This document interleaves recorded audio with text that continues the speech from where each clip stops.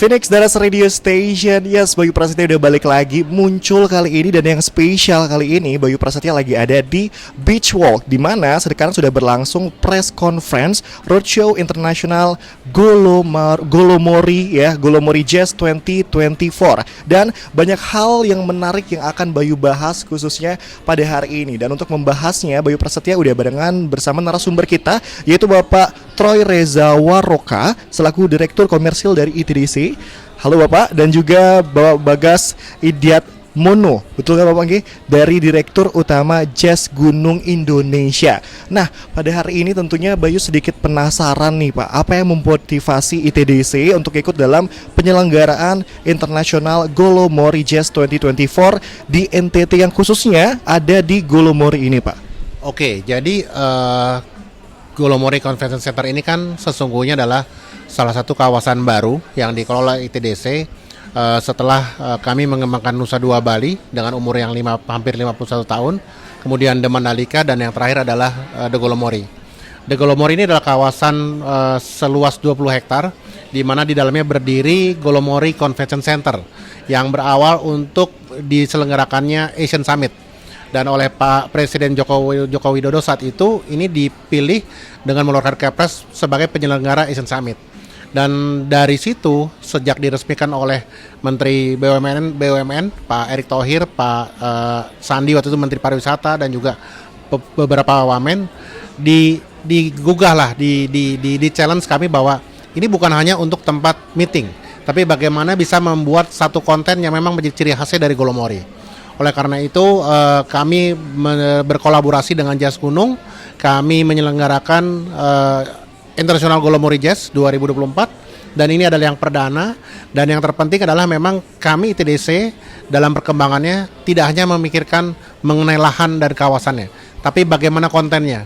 Karena kalau kita bicara Nusa Dua, secara konten semua orang tahu bahwa sudah cukup bagus, sudah internasional standar. Kemudian Mandalika menjadi sport tourism dengan agendanya adalah paling penting adalah Indonesia MotoGP. Nah, ini Golomori harus ada apa? Nah, kita berpikir bahwa salah satunya adalah dengan aktivasi yang terkait dengan musik. Dan kita memilih jazz karena gini, kalau kita bicara jazz, ini kan secara komunitas sangat spesifik. Kemudian juga harapannya bukan hanya nonton jazz, tapi memberikan dampak ekonomi. Apa itu? Mulai dari akomodasi, belanja, kuliner, dan juga kebutuhan traveling, dan yang paling penting biasanya siapa tahu bisa berkembang untuk menggunakan yah di seputaran Golomori dan Labuan Bajo. Jadi kan penonton jazz ini kan cukup spesifik, dan kita diskusi sama Mas Bagas bahwa komunitas ini harapannya bisa bukan hanya berkunjung, tapi bisa memberikan dampak ekonomi yang cukup baik untuk Golomori dan juga Labuan Bajo. Karena harapannya bukan hanya nonton aja, tapi belanjanya juga dapat, belanja makanannya, terus mungkin tenun dan segala macamnya. Kopi ini sangat top di Golomori. Jadi kita nggak pernah tahu juga bahwa Golomori ternyata punya kopi yang cukup top di situ, dan itu dicari oleh para penikmat kopi. Jadi artinya satu kali gelaran Golomori Jazz ini bisa mengambil berapa potensi ekonomi untuk masyarakat. Oke, emang banyak sih sebenarnya tujuan yang bisa kita ambil di benang merahnya ya Pak ya, untuk penyelenggaraan Golomori Jazz 2024 pada yang akan dilaksanakan bulan depan di bulan November nanti. Tapi kalau boleh tahu, ini Golomori Pak, di tempatnya di sana kan lumayan jauh aksesnya dan segala macam. Selain itu kendala-kendala apa aja sih Pak yang biasanya ditemukan dalam penyelenggaraan acara ini? Sesungguhnya kalau kita bicara kendala, saya rasa bukan kendala, karena sekarang gini, pemerintah dengan Kementerian PUPR itu sudah membangun satu jalan yang cukup bagus dengan jarak tempuh hanya 30 menit dari Kota Labuan Bajo ke Golomori, dengan ditunjang oleh fasilitas penerangan oleh PLN, dan penerangannya pun hemat energi, tenaga surya. Jadi artinya sudah berkembang ke arah situ. Jadi saya yakin kalau secara akses tidak cukup sulit, karena selain itu konektivitas. Kan gini, yang paling penting kalau dari tujuan wisata itu apa? Konektivitas. Maskapai penerbangan BUMN, Garuda dan juga Citylink itu sudah menerbangi rute ke Labuan Bajo. Juga dengan demikian dengan beberapa maskapai penerbangan swasta dan juga maskapai penerbangan asing itu sudah ada masuk ke Labuan Bajo. Jadi artinya kalau kita bicara konektivitas, saya rasa sudah bukan menjadi sebuah halangan, karena itu sudah menjadi satu tujuan yang ini kan kawasan pariwisata prioritas Labuan Bajo. Artinya juga pemerintah mendukung ini. Kemudian kalau kita bicara akses darat, mungkin saya sama Mas Bagas sepakat ini salah satu kota di Indonesia yang tidak ada macetnya. Nggak ada macetnya, nggak ada polisinya gitu. Bukan berarti semua jadi semena-mena, enggak. Tapi kita bisa lihat kita tidak menemukan kemacetan di situ, aman, tidak pernah ada hal kriminalitas yang bagaimana gitu ya. Terus rukun juga ya, kehidupan beragama yang cukup baik, toleran, dan yang paling penting kalau kita lihat ini sekarang bertumbuh nih. Kegiatan pariwisata itu berkembang. Beberapa hotel baru sekarang berdiri di Labuan Bajo. Terus insya Allah juga Golomori juga sebagai salah satu daerah investasi, ke depan kita akan membangun bukan ITDC, tapi kita bermitra dengan para investor akan dibangun 3 hotel baru di Golomori.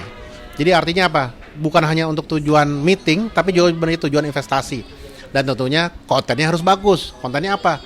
Kita sepakat dengan Jazz Gunung, kita harus mengangkat musik jazz untuk bermain di Golomori. Karena bukan hanya nonton jazznya, dampak ekonominya itu yang harus kita ambil. Berarti banyak ya dampak ekonomi yang bisa diangkat dengan adanya Golomori Jazz 2024 hari ini. Dan Bayu akan beralih sedikit ke Mas Bagas nih. Mas Bagas, kalau boleh diceritain gak sih kayak gimana awal mula lahirnya Jazz Gunung ini? Oke, Jazz Gunung ini punya sejarah yang tahun ini kita udah tahun ke-16.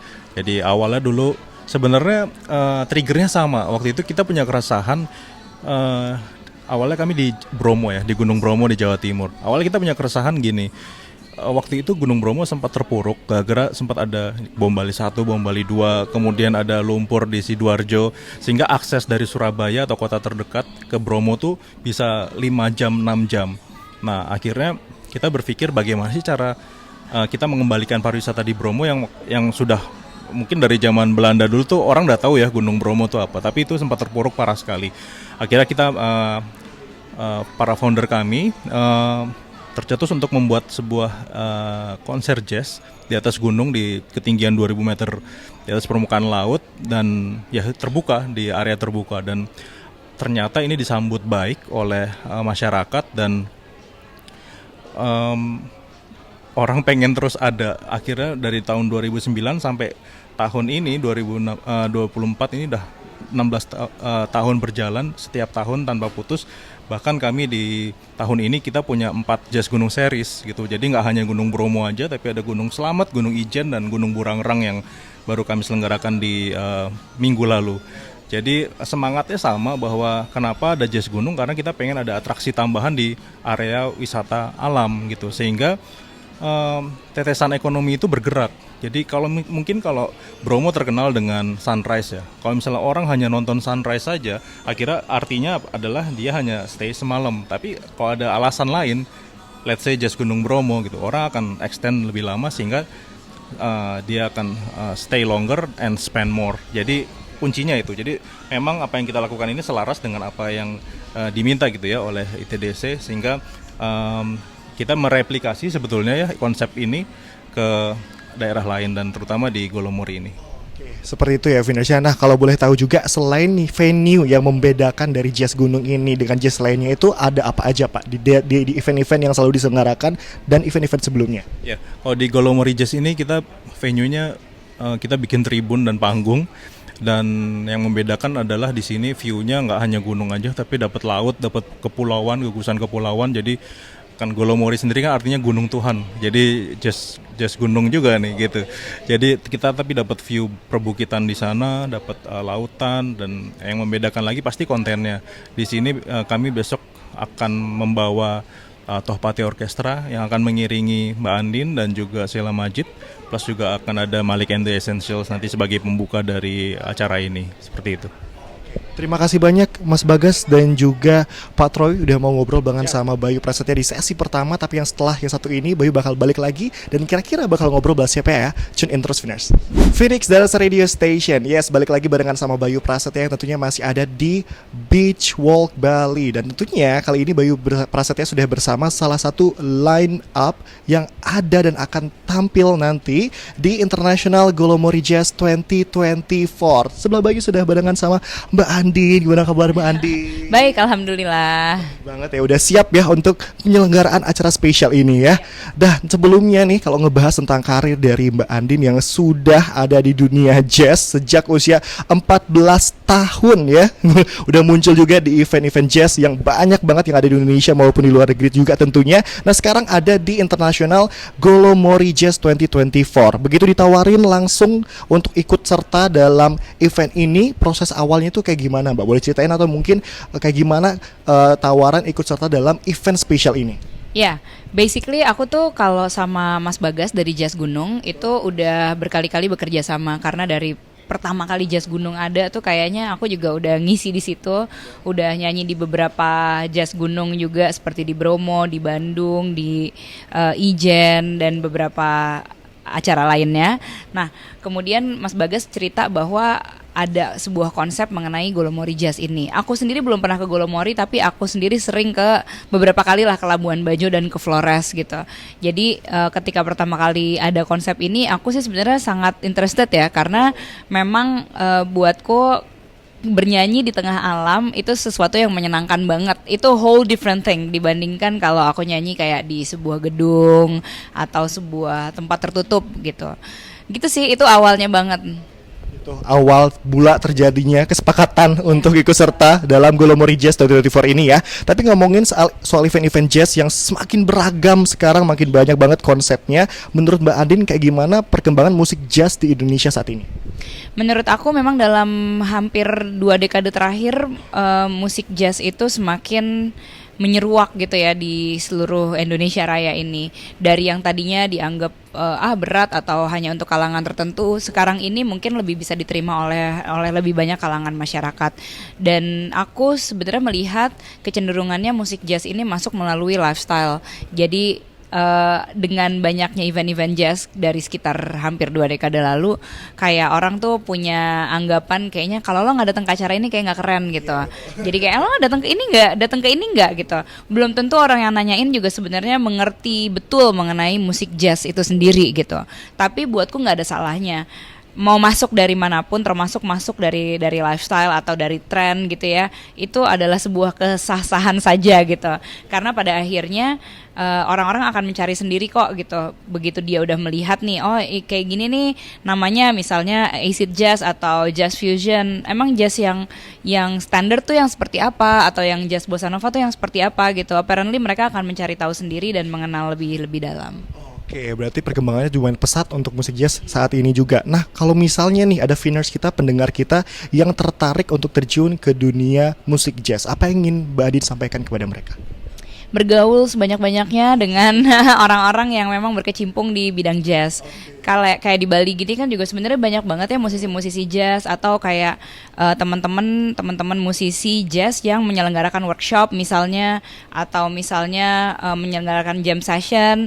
Nimbrung aja gitu dengan nyanyi lagu-lagu yang kamu suka atau yang kamu tahu gitu. Itu sebenarnya memperluas hasanah keilmuan gitu ya mengenai musik jazz itu sendiri. Karena aku bisa bilang kayak aku bisa hampir berada di 25 tahun di karir ini juga sebenarnya sedikit banyak karena networking juga gitu, menjalin hubungan yang baik dengan orang-orang yang berilmu gitu, sehingga kita juga jadi bisa diajarin, jadi tahu lagu ini seperti apa, aransemen ini seperti apa gitu. Oke, terima kasih. Kita balik lagi ke acara yang akan kita laksanakan ke depannya, yaitu International Golomori Jazz 2024. Nah, gimana nih persiapan Mbak Adi nantinya? Boleh dikasih kisi-kisi nggak sih? Karena tadi aku juga dengar di preskon kata ada sebuah lagu. Itu boleh dikasih bocoran dikit nggak sih? Ya, lagu ini sebenarnya merupakan lagu lagu theme song ya, bisa dibilang theme song. Sebenarnya di challenge sih sama pihak Golomori gitu ya, untuk membuat sebuah lagu yang akan menjadi theme song dari acara ini gitu. Lagunya sendiri aku ciptakan berdua, jadi ini kolaborasi bersama Nikita Dompas, dan lagunya memang sedikit banyak menceritakan mengenai rasa yang ada ketika ada di Golomori gitu. Kayak nostalgic feeling yang kita dapetin lah ketika kita mendengarkan lagu tersebut. Dan ya, lagunya sih belum dirilis sama sekali. Jadi kalau tadi kamu denger berarti kamu kayak termasuk salah satu orang pertama yang denger. Oke, dan ngomong-ngomongin juga nih, karena kemarin-kemarin kan sekarang lagi persiapan untuk tim song tersebut. Selain itu, ada project-project lain nggak sih yang Mbak Andin sedang siapkan? Mungkin kolaborasi dengan musisi lain lagi atau kayak gimana? Mungkin adakah? Kolaborasi dengan musisi lain ada banget. Harusnya sih mungkin yang akan keluar duluan nih kolaborasi dengan musisi lain ini dulu, baru akan si tim songnya, baru nanti lagu yang lain lagi. Ada bocoran nggak siapa tuh musisinya? Dia cowok dan Gen Z musician. Oh, cowok dan Gen Z musician, itu bocorannya ya. Kita tungguin aja gebrakan di Instagramnya Mbak Andin langsung ya. Dan terakhir, ada yang ingin Mbak Andin sampaikan nggak sih untuk teman-teman yang belum punya tiket ke International Golomori Jazz 2024? Wah, Golomori Jazz, International Golomori Jazz Festival, International Golomori Jazz ini itu akan jadi experience yang luar biasa banget. Ini pertama kalinya diadakan dan pertama kalinya mengkolaborasikan antara musik dengan keindahan alam. Jadi aku rasa sebenarnya worth it banget kalau kita datang ke sana dan experiencing bareng sama teman-teman, segeng gitu atau ajak keluarga. Dan ditunggu, pokoknya kalau kalian belum punya tiket, segera beli tiketnya. Tungguin tuh Viners sama Mbak Andinnya langsung ya. Sekali lagi Viners, jangan sampai kelewatan acara spesial kita, yaitu International Golomori Jazz 2024 yang nanti akan ada di 16 November 2024. Karena selain ada Mbak Andin, nanti juga bakal diisi sama Sheila Majid, ada Topati Orkestra juga, dan Malik and The Essential. So jangan sampai kelewatan. Informasi lebih lanjutnya bisa kamu cek di Instagram @GolomoriJazz. Thank you so much Mbak Andin. Terima kasih banyak. Udah mau ngobrol barengan sama Bayu Prasetya hari ini. Thank you so much Bayu Prasetya pamit. So keep your imagination, always try to make it come true. Ciao Desviners.